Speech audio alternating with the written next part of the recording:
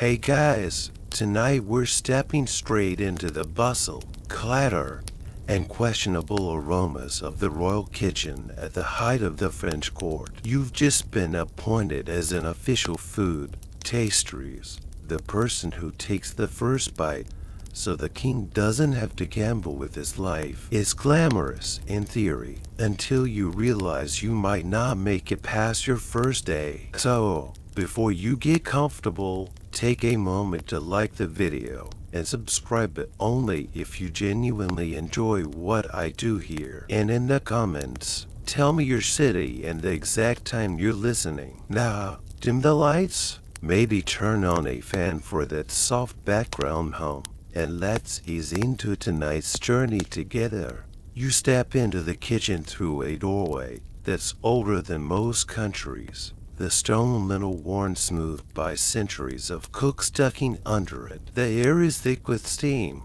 spiced with cinnamon, nutmeg, and something faintly smoky you can't quite place. Copper pots gleam from the light of the hearth, each pot reflecting miniature, upside-down versions of bustling kitchen staff. Somewhere to your left, a ladle clinks against a pot lid in a lazy rhythm, like the kitchen's own heartbeat.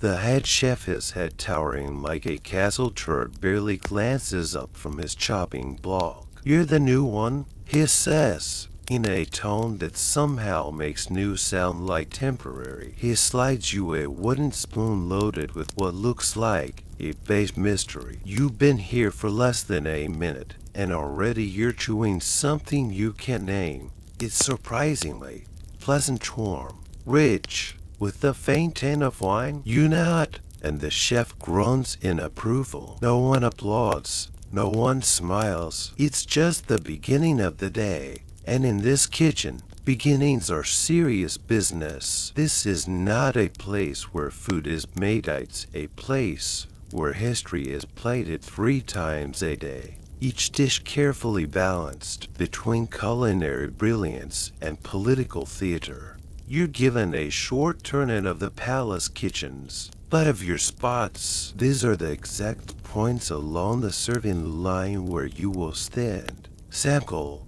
and nod at the right person, so that a footman can carry the dish to the royal dining hall. Timing is everything. Taste too early and the dish might change before it reaches the king. Taste too late and, well, historians still argue about what happened to the taster who delayed a coronation dinner. Every surface around you tells a story. The enormous hearth is blackened with the ghosts of feasts past. The spice rack is a map of imperial pepper from India, saffron from Spain, vanilla from the Caribbean. There's even a jar labeled Persian sugar, locked with a tiny brass padlock, because apparently the sweet tooth of France needs security. You catch whispers between the kitchen. Assistants saw apparently the king had a bad oyster incident last month, and no one is eager for a repeat. One assistant claims it was the oyster's fault. Another swears it was sabotage, and a third mutters that maybe the king should just avoid shellfish. Nobody agrees. The only certain thing is, you'll be the first one to know if history repeats itself.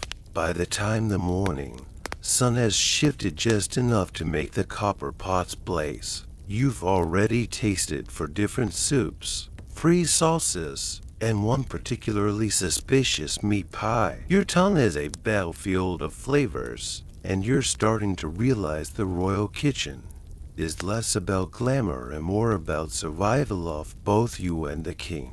Your morning hasn't really begun until you've met the other tasters. They gather in a small side room, just off the main kitchen, a room that smells faintly of bread, lemon peel, and an undercurrent of nerves. The walls are lined with narrow shelves, each holding neat rows of ceramic cups and wooden tasting spoons, as if the tools themselves are standing to attention.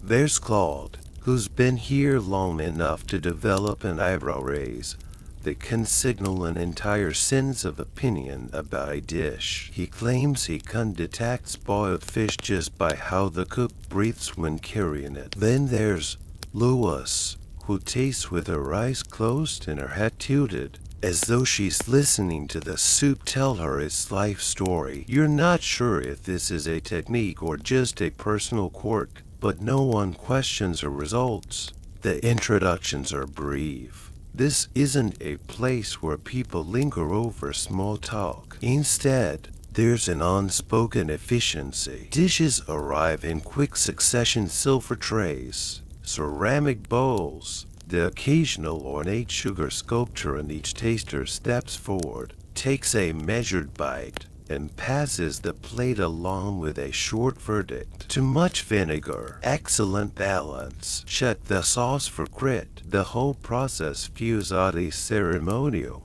like a knightly order sworn to the defense of delicate stomachs. You learn fast that every taster has their specialty. Cod knows meat like he knows the back of his hand, whether it's too rare, over-salted, or dangerously close to don't ask. Lewis can dissect a sauce into its individual spices faster than you can list the days of the week. And then there's Henri, who is less about what's in the food and more about what's not in it, the one who notices if something is missing, if the texture feels subtly wrong, if a certain sweetness has gone just a shade bitter. It's a rhythm, a dance, and you're still learning the steps. Sometimes you're too quick, taking a taste before the food's had time to settle. Sometimes you're too slow, and the footman's polite cough becomes a sharp reminder that the king's patience is measured in minutes, not hours.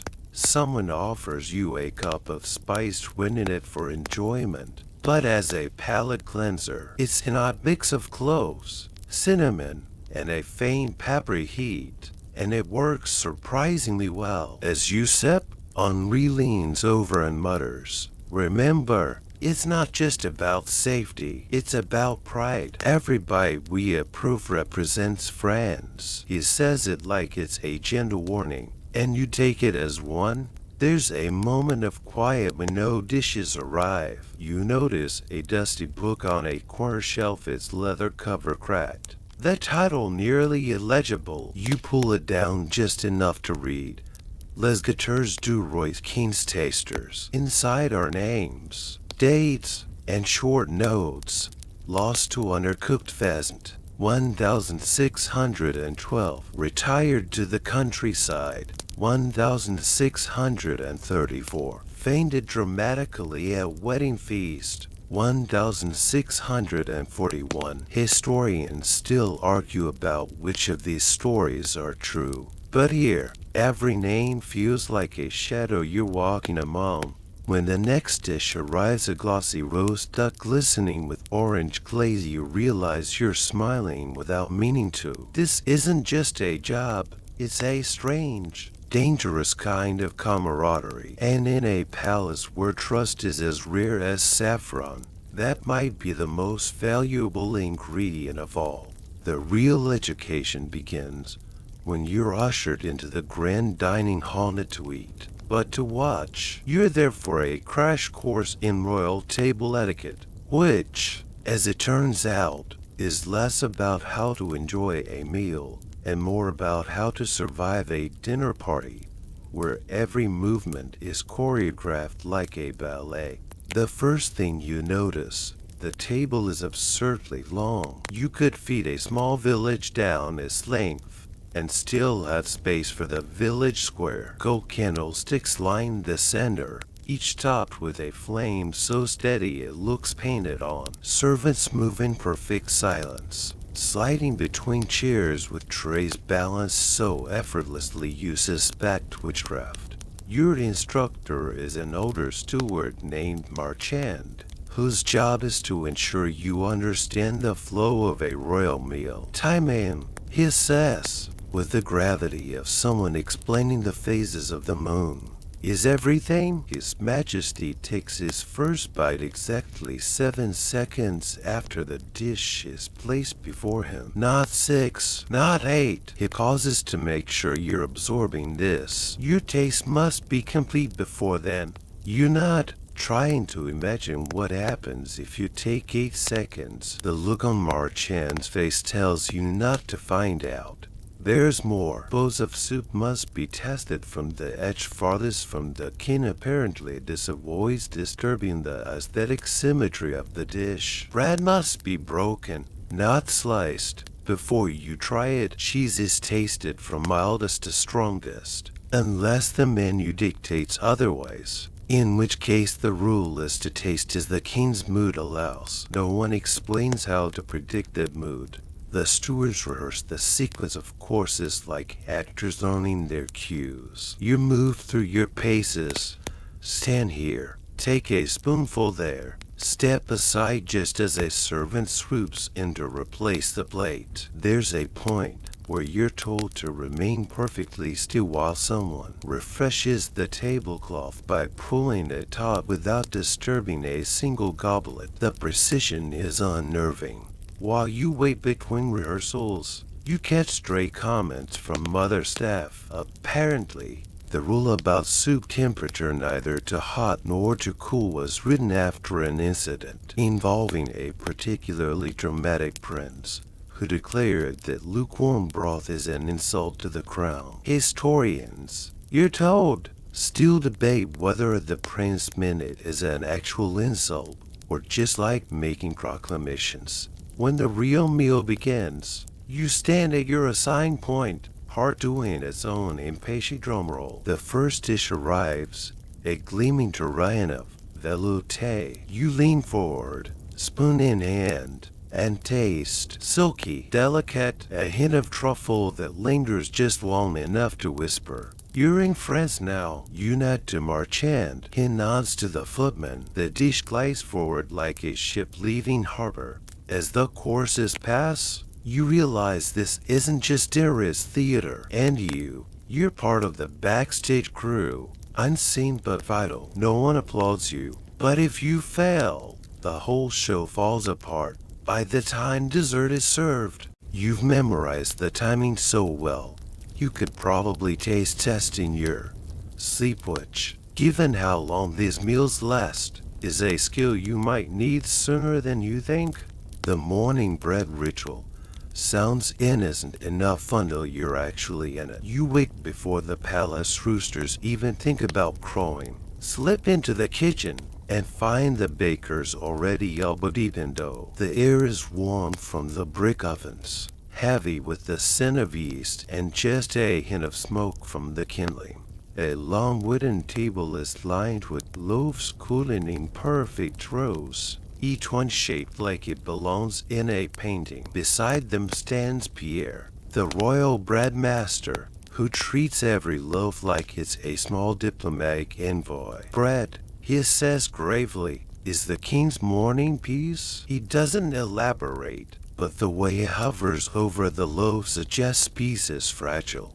Your job is simple in theory: break a piece, taste, approve. In practice, there's a whole system. First, you inspect the crust for evenness. Then you smell the crumbs. Smell it because apparently the aroma can reveal over fermentation or bad flour. Finally, you take a small bite and let it rest on your tongue, counting silently to 3 before you chew. The reason, Pierre explains, is that subtle faults show themselves in the pause. Some mornings you're lucky, and it's all perfect warm, soft, balanced between salt and wheat. Other mornings, the tiniest flaw sends the loaf to the secondary table, where it will be served to lesser nobles, visiting merchants, or the occasional unfortunate ambassador. Nobody says this aloud, but you get the impression it's a small social demotion. One day, you taste a loaf that feels unusually dense. Pierre frowns, calls over the miller, and there's a whispered conversation. about damp storage and last year's grain. Historians still debate whether the French court's obsession with perfect bread was about health, flavor, or just national pride. Standing there with crumbs in your hand, you suspect it was all three. The ritual has its quirks. Before the bread is served to the king, a servant brings out a silver knife not to cut, but to bless the loaf by tracing a cross into the crust. It's not religious so much as traditional, and no one can quite remember when it started. The mark is always made on the loaf you've tasted, like a seal of safety. And then there's the butter test. Once a week, the bread is paired with butter from Normandy, and you're required to test the butter too. The process involves pressing it with the back of a spoon to check for firmness, smelling it for freshness, and then here's the odd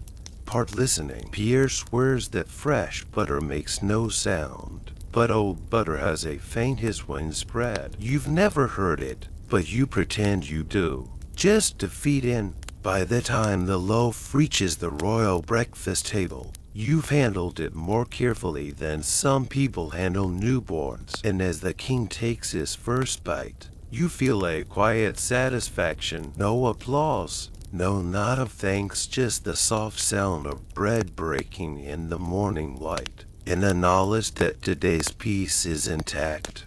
You learn quickly that in the French court, wine before noon isn't a sign of indulgence, it's a matter of protocol. By mid-morning, you're already in the tasting chamber, a small, cool room tucked away from the kitchen heat. Its walls are lined with tall racks of bottles, their glass dark and dusty, each sealed with wax stamped in the shape of a fleur-de-lis. The wine steward, Monsieur Duval, greets you with the same seriousness a priest might reserve for a sacred ceremony. He gestures to a row of bottles on the tasting table. These, he says, are for the king's luncheon, and you will begin here. He taps the first bottle, a pale gold vintage that smells faintly of pears and something warmer, maybe honey, maybe sunlight in a glass.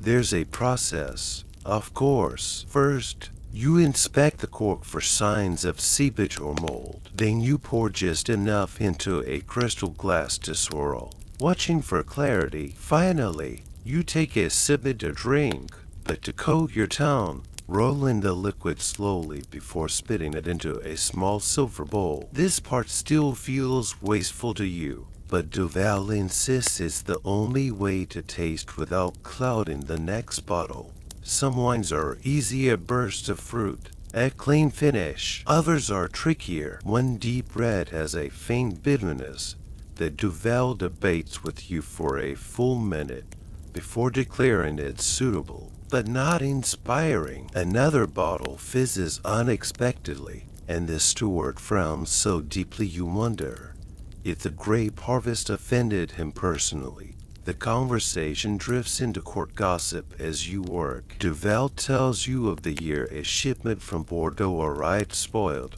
and the taster of the time claimed the wine had been cursed by jealous merchants. Historians still argue whether it was sabotage, bad storage, or just an unusually warm summer. You discover that part of your job is not just protecting the king, but ensuring the story of the wine is worthy of the royal table. If a wine tastes ordinary, it must at least have a romantic origin. Vins kissed by sea breezes, barrels rolled down cobblestone streets under moonlight, grapes picked by monks as seen in Latin. Whether these stories are true is negotiable. By your third bottle, you notice the faint hum of activity outside, footmen hurrying with silver trays, cooks shouting for saucepans, somewhere the echo of boots on marble. In here, though, time moves differently. Each sip slows the pace, each swirl a pulse from the palace's constant motion. The final tasting is a delicate rosé, cool against your tongue, with a whisper of strawberry that makes you think of summer gardens. You give Duval the nod, and he smiles faintly, as though you've passed an unspoken test. He corks the bottle with precision and sets it aside for the king. As you leave the tasting chamber, you catch yourself feeling lighter from the wine, but from the ritual. It's a strange thing, protecting someone's life one sip at a time. Stranger still is knowing the king may never realize the quiet shield you provide between his table and the unknown. The secret spice room isn't on any official map of the palace kitchens. You only find it because Pierre, the bread master, casually mentions that the cinnamon's been locked up again, and gestures toward a narrow, unmarked door tucked behind a stack of flour sacks. It takes a moment for your eyes to adjust. The air inside is warmer, thicker, carrying an intoxicating blend of scents, pepper sharp enough to tingle your nose, saffron so rich it's like breathing gold, cardamom with its mysterious sweetness, shelves run from floor to ceiling, each packed with small glass jars and linen pouches, all labeled in careful script: Canel de Ceylon, Poivre Noir de Malabar, Gingimbra de Zanzibar. The room has its own guardian, Madame Fournier, the spice keeper, whose keys jingle like wind chimes every time she moves. She doesn't speak much, but when she does, it's with the authority of someone who could start or stop a culinary war. She explains the rules in clipped sentences. Always check the seal. Never return a jar with moisture. Measure twice. Spill never. You get the sense these are not just kitchen guidelines, but articles of faith. Today, you're here to taste test a saffron infusion meant for the king's supper. Fournier measures out the delicate crimson threads with tweezers, as though handling rubies, and drops them into warm milk. The liquid slowly shifts to a golden hue so vivid it looks like sunlight melted into a cup. You take a cautious sip. Tears earthiness, a faint metallic tan, and that floral note saffron is famous for. Perfect, you think, but you know better than to say it aloud. Before Fournier nods her approval, while you wait, she tells you of the time a shipment of cinnamon was nearly confiscated by customs officers who thought it was contraband tobacco. Historians still debate whether the confusion was genuine or a cover for an attempted theft. You picture a group of 17th century guards sniffing barrels with puzzled expressions, and it's hard not to laugh. You notice little oddities. The jars are arranged not just by type, but by royal preference, with the king's favorites always within arm's reach. There's even a locked compartment, marked Réserve d'Ivre, winter reserve, containing spices so rare they're rationed like jewels. Fournier lets you smell a jar from this section just once. It's mace, nutmeg's fragrant sibling, and the aroma lingers in your mind for hours. Before you leave, Fournier hands you a small, cloth-wrapped bundle, pepper for the midday stew, she says, with the gravity of a royal decree. As you walk back toward the main kitchen, the scent follows you like a shadow. You realize this room isn't just a storage space, it's the quiet heart of the court's flavor, a place where faraway lands are reduced to handfuls of powder and seeds, each one carrying the weight of empires. And now, some of that weight rests in your palm. The king's favorite dishes are spoken of in the kitchen.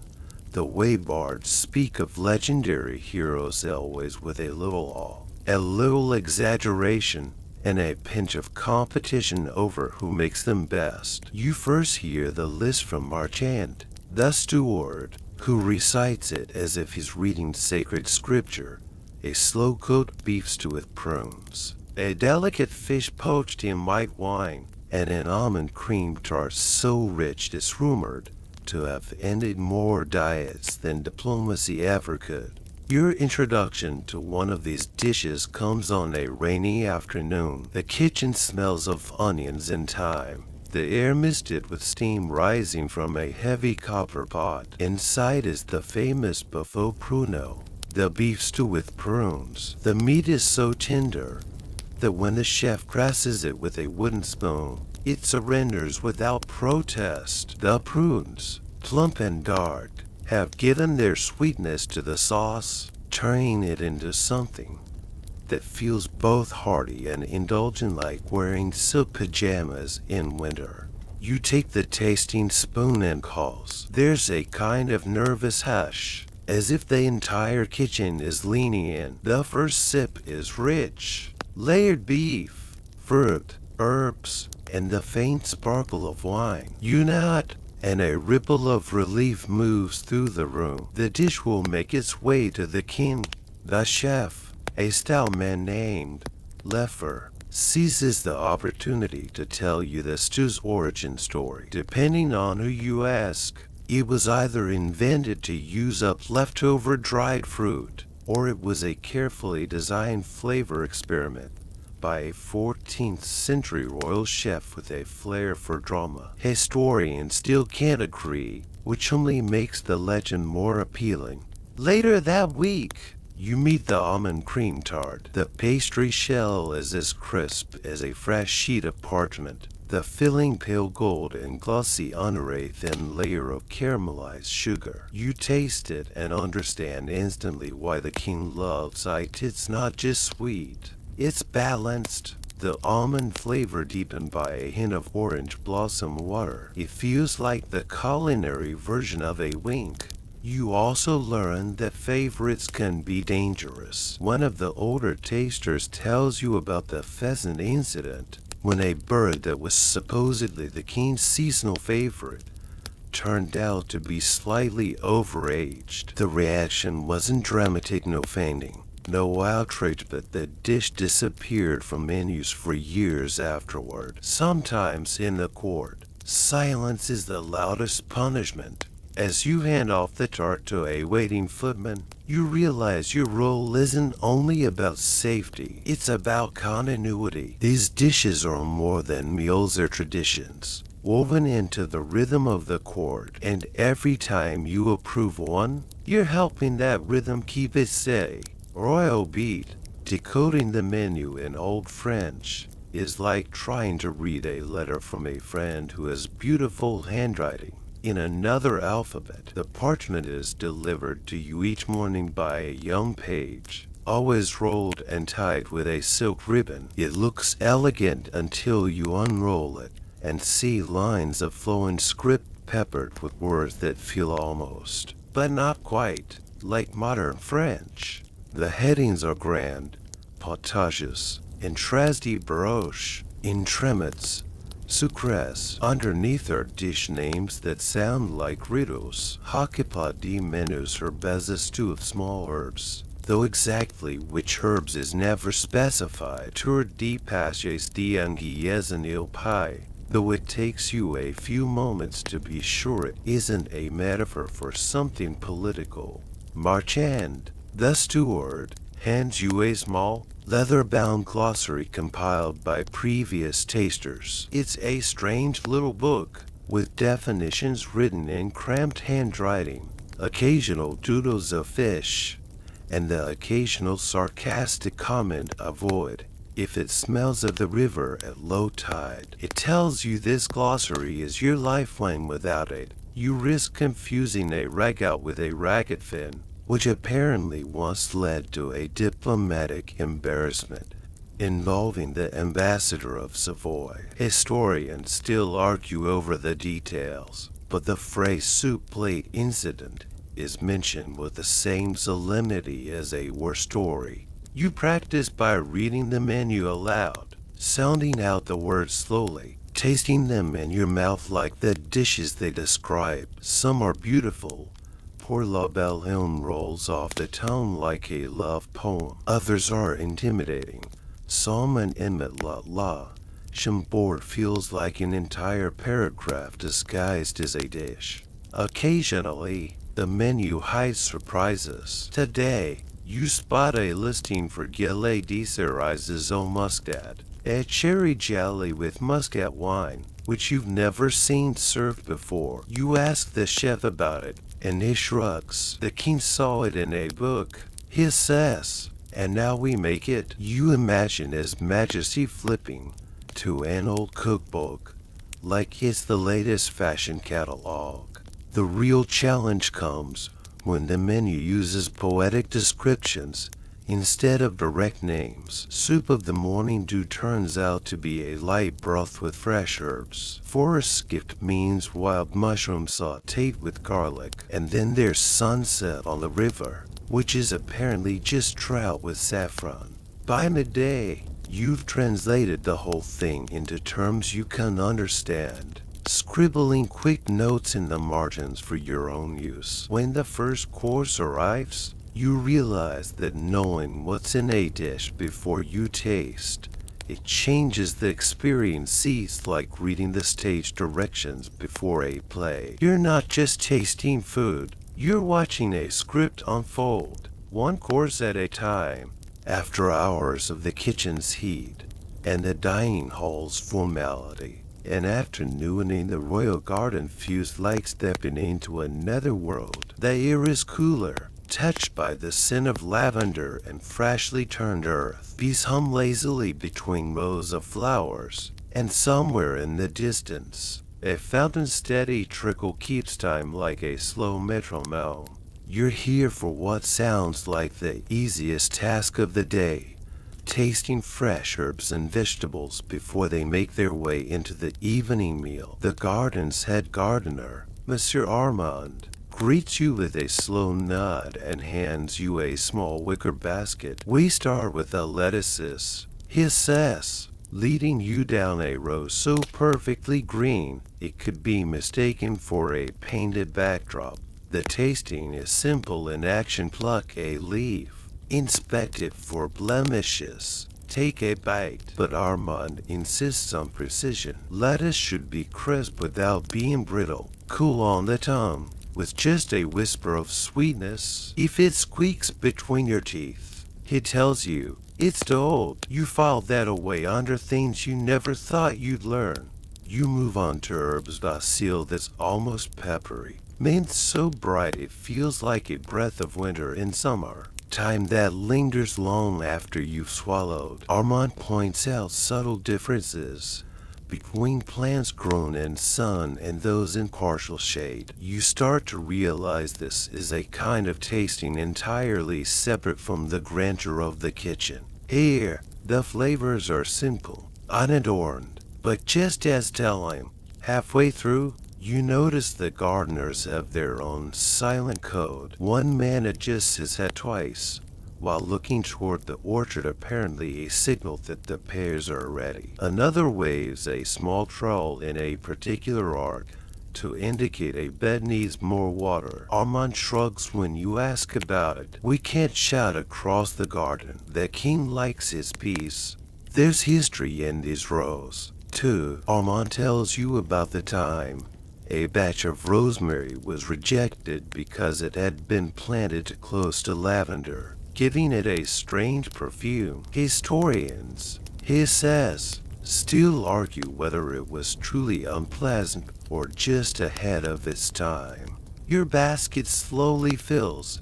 Lettuce, parsley, a few edible flowers with petals like spun silk. You taste each one, checking for any hint of bitterness or damage. The work is calming, the garden a world away from the clatter of copper pots and shouted orders. As you head back toward the kitchen, the weight of the basket feels oddly important. These leaves and sprigs may seem small, but tonight they'll sit on the royal table, carrying with them the quiet of the garden and the unspoken language of those who tend it. And you'll know you were the one who said, yes, this is good enough for the king.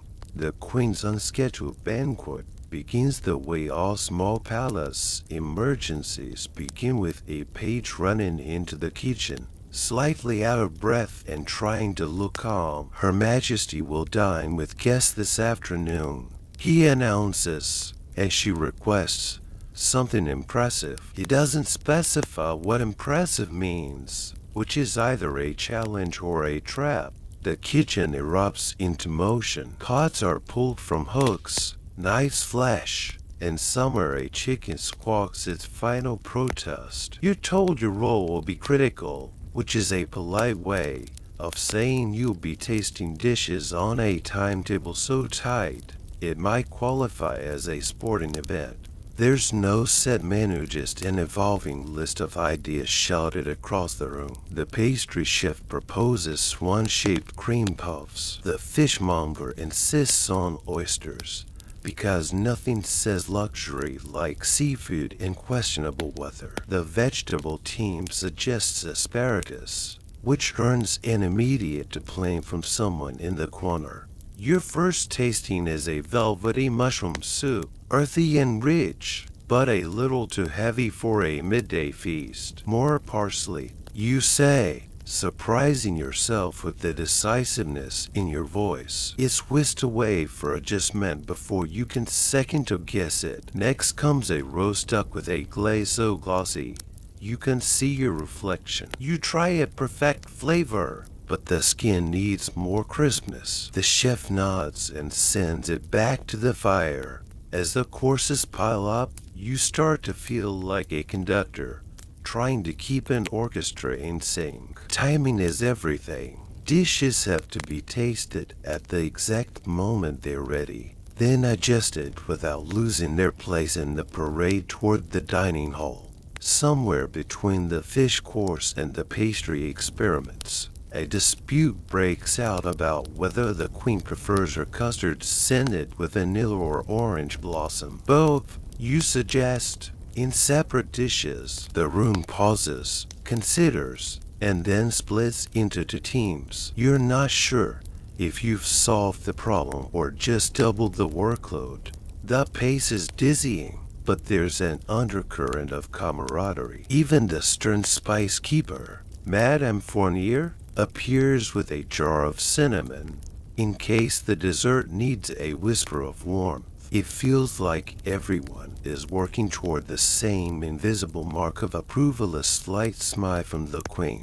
By the time the final course leaves the kitchen, you've tasted nearly a dozen dishes in less than an hour. Your palate is a battlefield of flavors, sweet against salty, delicate against bold. You don't see the banquet itself, but when a footman returns with a message, Her Majesty was most pleased, it feels like a victory. Still, you can't help but think about the unspoken truth of palace life.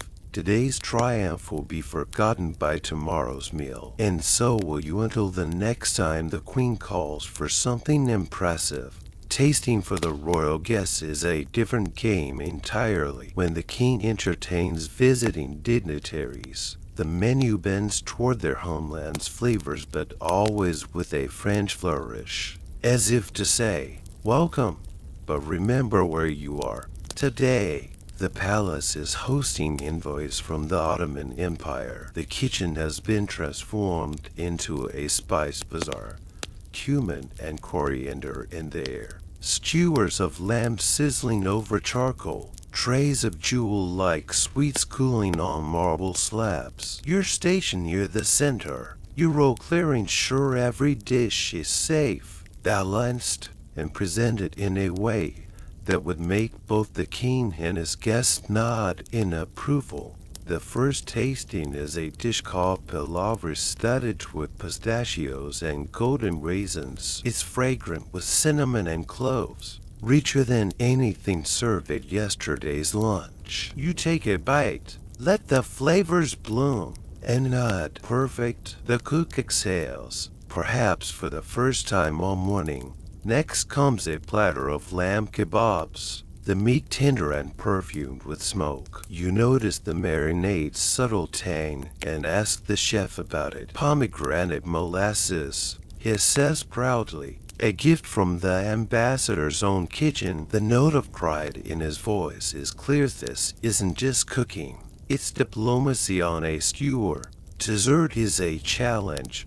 Baklava, layers of pastry, honey, and nuts so sweet they could stop a conversation. One version is flawless, The other is just a shade too syrupy. You quietly approve the first, and suggest the second be reserved for later, a polite way of removing it from the lineup without bruising egos. Throughout the day, you're reminded that taste is political. The king's dishes must be rich enough to show France's power, but not so overpowering that they overshadow the visiting cuisine. There's a fine line between hospitality and culinary conquest, and you're walking at one spoonful at a time. You overhear a conversation between the steward and the ambassador's aide. Apparently, decades ago, a royal taster once rejected a foreign delicacy for being too strange. The guest took offense, and the two nations avoided formal dinners for years. Historians still debate whether it was a genuine flavor issue or an overblown misunderstanding. But in this room, the lesson is clear. Respect the dish, even if it's not to your taste. By the time the final course leaves the kitchen, a delicate rosewater pudding with gold leaf shimmering on top, you tasted enough to feel like you've traveled across continents without leaving the palace. The king's smile at the head of the table is small, but genuine, and you slip back into the kitchen, unnoticed, knowing that sometimes the safest way to keep peace between nations is with a well-balanced spoon. The great cheese debate starts quietly enough, just a question from the steward about which cheese should close that evening's meal. Within minutes, it escalates into a full-scale culinary council, with chefs, footmen, and even the usually reserved wine steward weighing in. On one side, the advocates for a creamy brie, rich and mellow, the kind that spreads like softened butter and whispers of grassy meadows. On the other, the champions of a sharp Roquefort, bold enough to wake the senses after hours of feasting. In the middle are the neutral parties, suggesting Comté or goat cheese as diplomatic compromises. Your job is to taste and decide. Though decide is a generous term, any choice you make will make half the room grumble. The first bite is the brie, velvety, subtly sweet, with a hint of mushrooms in the rind. Then the Roquefort, tangy, assertive, its blue veins promising adventure. You try the Comté next, its nutty warmth feeling like a polite handshake after the Roquefort's daring wink. While you're still chewing, Marchand, the steward, leans in to murmur, "You know, historians still argue whether the king actually prefers mild or strong cheeses. Some say he changes his mind with the seasons. Others think he enjoys watching us squabble." You glance toward the dining hall and can almost imagine His Majesty smirking at the thought.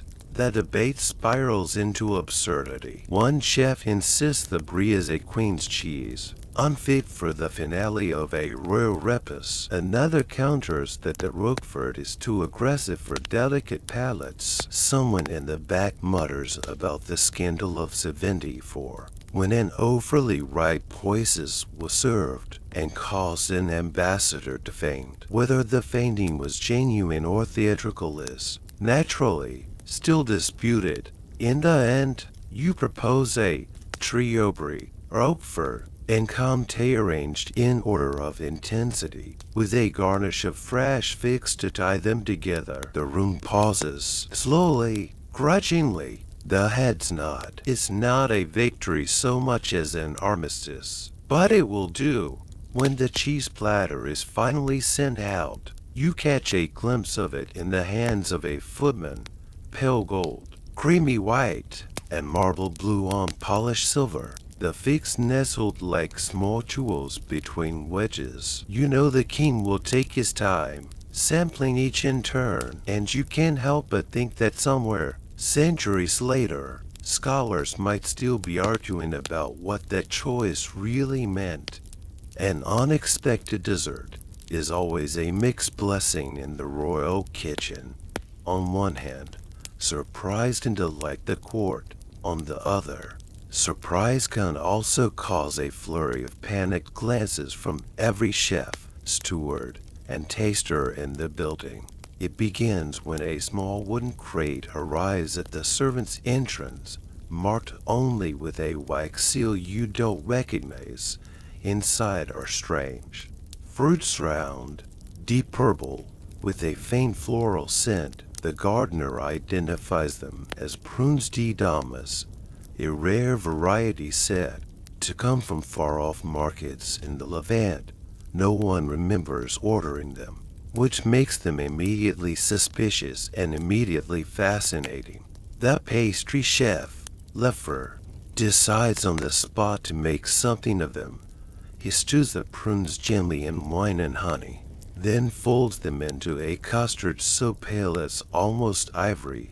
The scent is intoxicating, sweet, tart, with a whisper of spice you can't place. Your tasting spoon dips into the custard, scooping a prune half that glistens like a jewel.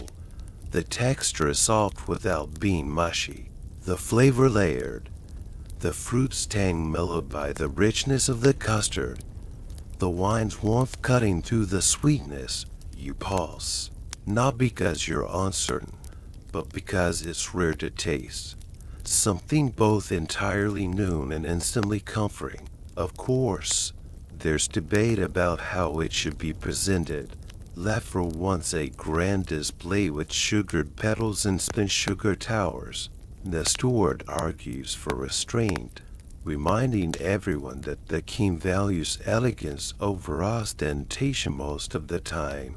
Historians still argue about the so-called rose tart affair, when a dessert so elaborate it resembled a crown was sent back untouched. While the discussion continues, you notice Madame Fournier, the spice keeper, watching closely. She finally steps forward with a small jar of ground cinnamon. Just a pinch, she says, to bridge the fruit and the custard. You agree it works perfectly, adding warmth without overpowering. When the dessert is ready, it's simpler than planned. Custard in small porcelain bowls, each crowned with a single prune half and a faint dusting of cinnamon. As the tray is carried toward the dining hall, you catch the subtle shift in the room's mood from frantic energy to quiet pride. You'll never know exactly how the king reacts, but later that evening, the empty bowls return to the kitchen, scraped clean, and in the unspoken language of the palace, that is the highest form of praise. The midnight snack duty is the kind of task you don't see coming. You've just drifted into that perfect half-sleep when a knock at your chamber door pulls you back. A footman's voice follows. His Majesty requests a light refreshment in palace terms. That could mean anything from a slice of bread to a 6-course light meal. You throw on your cloak and make your way through corridors lit only by the occasional wall sconce. The kitchen at night is a different creature, quiet. The air still scented faintly of the day's feasts. Only a skeleton crew remains, speaking in low voices. The request, it turns out, is for a plate of pâtes, 4 small pastries, delicate and sweet, arranged like jewels on a porcelain dish. The chef in charge, still in his nightshirt and apron, mutters that the king sometimes prefers a little sugar to help the mind think. You wonder what kind of decisions are being made at this hour. Your tasting begins with a pale almond biscuit, crisp, light, with just enough sweetness to linger without.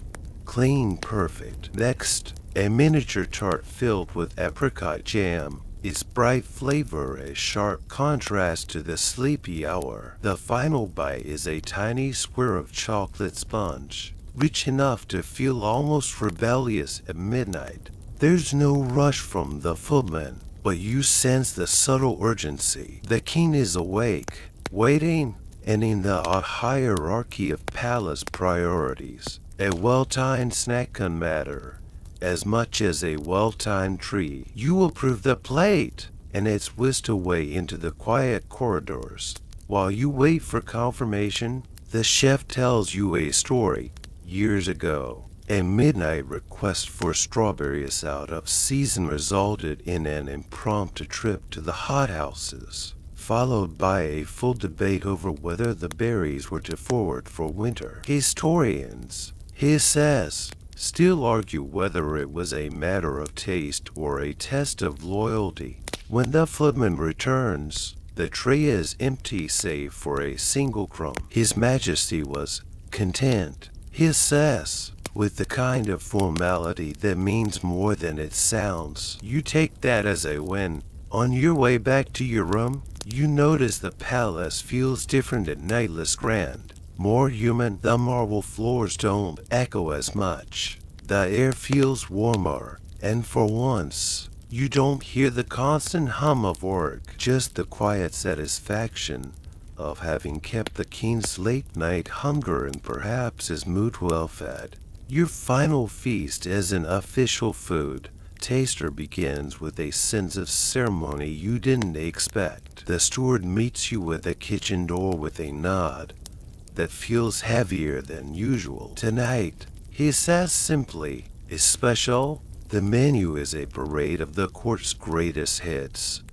The slow-cooked beef with prunes, the almond cream tart, fresh herbs from the garden, cheeses from every corner of the realm. It's as if the kitchen wants to give you a farewell tour of all the flavors you've guarded. The air hums with a rare mix of pride and melancholy. Your first tasting is a soup delicate consommé, clear enough to see your reflection in the surface. You take a spoonful, and it's perfect, warm, savory, with a depth that comes only from hours of patient simmering. Next is a pheasant, roasted until the skin crackles under your knife. You chew slowly, memorizing the texture, the faint smoke from the kitchen fire. Between courses, familiar faces appear with their specialties. Pierre, the bread master, offers a loaf still warm from the oven, the crust splitting like it's sighing. Madame Fournier lets you pinch a single thread of saffron from her winter reserve, her unspoken gift. Even Duval, the wine steward, pours you a half glass to drink, not spit for once. As you taste each dish, you're aware of the little histories tied to theme, the bread ritual at dawn, the spice room's locked cabinets, the garden's silent signals. You think of all the debates, near misses, and tiny victories you've had here. You remember the times you saved a dish with a single suggestion, and the times you learned to step back and trust someone else's craft. Halfway through, left for the pastry chef brings out a new dessert, a delicate millefeuille layered with cream scented in both vanilla and orange blossom. For you, he says, so you don't have to choose. Is the kind of quiet joke only the kitchen staff would make. Historians might one day argue about the great affairs of the French court, but no one will write about this night the way the last dish you taste, a slice of perfectly ripe pear glazed with honey, feels like the closing note of a song. When the final plate leaves the kitchen, you stay for a moment, letting the bustle fade. The copper pots gleam softly in the candlelight, and for once, you don't feel like you're in a rush to catch the next course. You've done your part, and the king will dine safely tonight.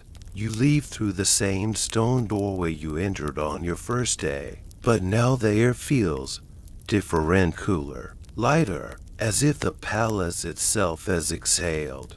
The night air outside the palace is quiet, carrying the faint scent of the gardens and the distant sound of hooves on cobblestones. You walk slowly, letting each step soften the day's memories. The glow of the windows behind you feels warm, not watchful. Somewhere inside, the feast continues, but here under the open sky, the world is unhurried.